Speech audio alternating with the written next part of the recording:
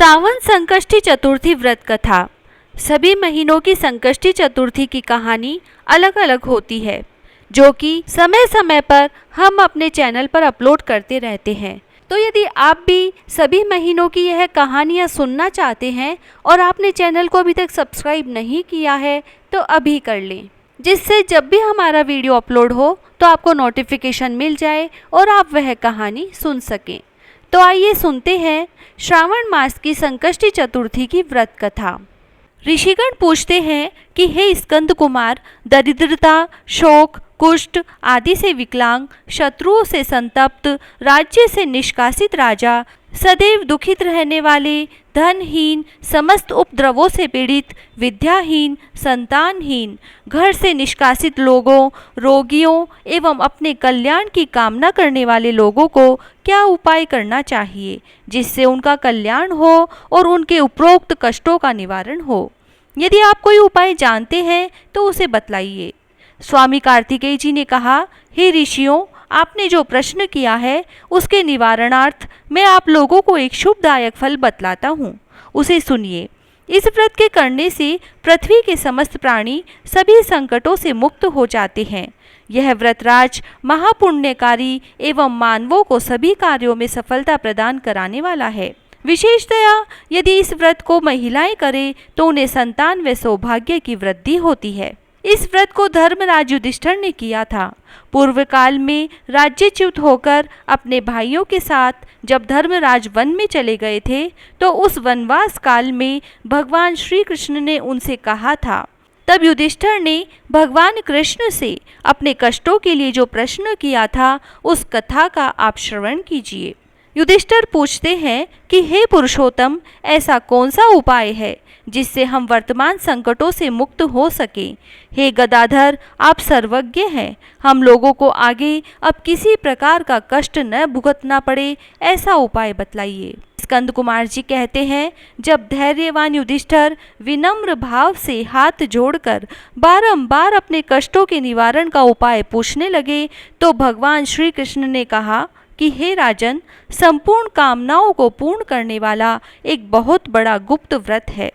हे युधिष्ठिर, इस व्रत के संबंध में मैंने आज तक किसी को नहीं बतलाया है। हे राजन, प्राचीन काल में सतयुग की बात है कि पर्वतराज हिमाचल की सुंदर कन्या पार्वती ने शंकर जी को पति रूप में प्राप्त करने के लिए गहन वन में जाकर कठोर तपस्या की, परंतु भगवान शिव प्रसन्न होकर प्रकट नहीं हुए। तब शैलतनया पार्वती जी ने अनादिकाल से विद्यमान गणेश जी का स्मरण किया। गणेश जी को उसी क्षण प्रकट देखकर पार्वती जी ने पूछा कि मैंने कठोर, दुर्लभ व लोमहर्षक तपस्या की, किंतु अपने प्रिय भगवान शिव को प्राप्त न कर सकी। वह कष्ट विनाशक दिव्य व्रत जिसे नारद जी ने कहा है और जो आपका ही व्रत है, उस प्राचीन व्रत के तत्व को आप मुझसे कहिए। पार्वती जी की बात सुनकर तत्कालीन सिद्धिदाता गणेश जी उस कष्टनाशक शुभदायक व्रत का प्रेम से वर्णन करने लगे। गणेश जी ने कहा, हे अचल सूते, अत्यंत पुण्यकारी एवं समस्त कष्टनाशक व्रत को कीजिए। इसके करने से आपकी सभी आकांक्षाएं पूर्ण होगी और जो व्यक्ति इस व्रत को करेंगे उन्हें भी सफलता मिलेगी। इस व्रत में श्रावण के कृष्ण चतुर्थी की रात्रि में चंद्रोदय होने पर पूजन करना चाहिए। उस दिन मन में संकल्प करें कि जब तक चंद्रोदय नहीं होगा मैं निराहार रहूंगी, पहले गणेश पूजन कर ही भोजन करूंगी। मन में ऐसा निश्चय करना चाहिए। इसके बाद सफ़ेद तिल के जल से स्नान करें, मेरा पूजन करें। यदि सामर्थ्य हो तो प्रति मास स्वर्ण की मूर्ति का पूजन करें। यदि ऐसा ना हो सके तो अभाव में चांदी, अष्ट धातु अथवा मिट्टी की मूर्ति की भी पूजा कर सकते हैं। अपनी शक्ति के अनुसार सोने, चांदी, तांबे अथवा मिट्टी के कलश में जल भरकर उस पर गणेश जी की प्रतिमा स्थापित करें। मूर्ति कलश पर वस्त्राच्छादन करके अष्टदल कमल की आकृति बनावे और उस पर मूर्ति की स्थापना करें। तत्पश्चात षोडशोपचार विधि से भक्ति पूर्वक पूजन करें। मूर्ति का ध्यान निम्न प्रकार से करें।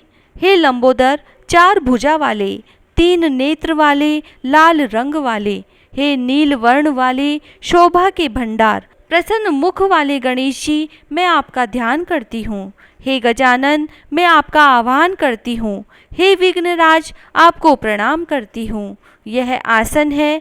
हे लंबोदर, यह आपके लिए पाद है। हे शंकर सुवन, यह आपके लिए अर्घ्य है। हे उमापुत्र, यह आपके स्नानार्थ जल है। हे वक्रतुंड, यह आपके लिए आचमनीय जल है। हे शूर्पकर्ण, यह आपके लिए वस्त्र है। हे सुशोभित, यह आपके लिए यज्ञोपवीत है। हे गणेश्वर, यह आपके लिए रोली चंदन है। हे विघ्न विनाशन, यह आपके लिए फूल है। हे विकट, यह आपके लिए धूप बत्ती है। हे वामन, यह आपके लिए दीपक है। हे सर्वदेव, यह आपके लिए लड्डू का नैवेद्य है। हे देव, यह आपके निमित्त फल है। हे विघ्नकर्ता, यह आपके निमित्त मेरा प्रणाम है। प्रणाम करने के बाद क्षमा प्रार्थना करें। इस प्रकार षोडशोपचार रीति से पूजन करके नाना प्रकार के प्रसादों को बनाकर भगवान को भोग लगाएं। हे देवी, शुद्ध देशी घी में 15 लड्डू बनाएं। सर्वप्रथम भगवान को लड्डू अर्पित करके उसमें से 5 ब्राह्मणों को दे दें। अपने सामर्थ्य के अनुसार दक्षिणा देकर चंद्रोदय होने पर भक्ति भाव से अर्घ्य देवें। तदंतर 5 लड्डू का स्वयं भोजन करें। फिर कहें, हे देवी, तुम सब तिथियों में सर्वोत्तम हो, गणेश जी की परम प्रियतमा हो। हे चतुर्थी, हमारे द्वारा प्रदत्त अर्घ्य को ग्रहण करो, तुम्हें प्रणाम है। निम्न प्रकार से चंद्रमा को अर्घ्य प्रदान करें। क्षीर सागर से उत्पन्न हे लक्ष्मी के भाई, हे निशाकर, रोहिणी सहित हे शशि, मेरे दिए हुए अर्घ्य को ग्रहण कीजिए। गणेश जी को इस प्रकार प्रणाम करें। हे लंबोदर, आप संपूर्ण इच्छाओं को पूर्ण करने वाले हैं, आपको प्रणाम है। हे समस्त विघ्नों के नाशक, आप मेरी अभिलाषाओं को पूर्ण करें। तत्पश्चात ब्राह्मण की प्रार्थना करें। हे दिव्यराज, आपको नमस्कार है, आप साक्षात देव स्वरूप हैं। गणेश जी की प्रसन्नता के लिए हम आपको लड्डू समर्पित कर रहे हैं। आप हम दोनों का उद्धार करने के लिए दक्षिणा सहित इन 5 लड्डुओं को स्वीकार करें। हम आपको नमस्कार करते हैं। इसके बाद ब्राह्मण भोजन कराकर गणेश जी से प्रार्थना करें। यदि इन सब कार्यों के करने की शक्ति न हो तो अपने भाई बंधुओं के साथ दही व पूजन में निवेदित पदार्थ का भोजन करें। फिर प्रार्थना करके प्रतिमा का विसर्जन करें और अपने गुरु को अन्न वस्त्रादि एवं दक्षिणा के साथ मूर्ति दे देवें। इस प्रकार से विसर्जन करें। हे देवों में श्रेष्ठ गणेश जी, आप अपने स्थान को प्रस्थान कीजिए एवं इस व्रत के पूजा के फल को दीजिए। हे सुमुखी, इस प्रकार जीवन भर गणेश चतुर्थी का व्रत करना चाहिए। यदि जन्म भर न कर सकें तो 21 वर्ष तक करें। यदि इतना करना भी संभव नहीं है तो 1 वर्ष तक 12 महीनों के व्रत को करें। यदि इतना भी न कर सकें तो वर्ष के 1 मास को अवश्य ही व्रत करें और श्रावण चतुर्थी को व्रत का उद्यापन करें। जय श्री राधे।